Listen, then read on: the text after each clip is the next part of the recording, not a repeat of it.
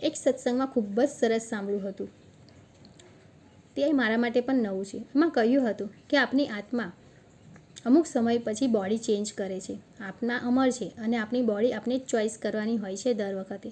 તો એ આપણે કઈ રીતે કરી શકીએ છીએ? એમાં પણ અમુક બાઉન્ડ્રીઝ હોય છે. આપણો સ્વભાવ કેવો છે, લોકો સાથેનો બિહેવિયર કેવો છે, આપણા કર્મ કેવા છે, એ આપણું કર્મનું બજેટ બને છે.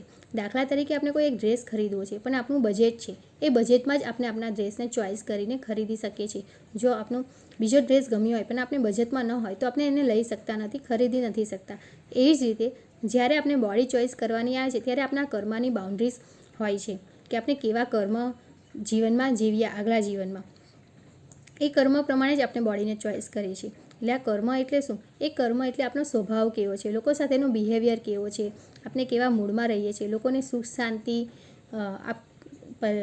આપીએ છીએ, આપણે કરુણા છે આપણા મનમાં, દયા છે, માફી ભાવનાની છે, આપણે લોકોને માફ કરી દઈએ છીએ, અનકન્ડિશનલ લવ દરેક પ્રત્યે છે, પશુ પ્રાણી પક્ષી બધા પ્રત્યે અનકન્ડિશનલ લવ છે, જરૂરિયાતમંદોને આપણે સેવા આપીએ છીએ, લોકોની મદદ કરીએ છીએ, ફૂડ આપીએ છીએ.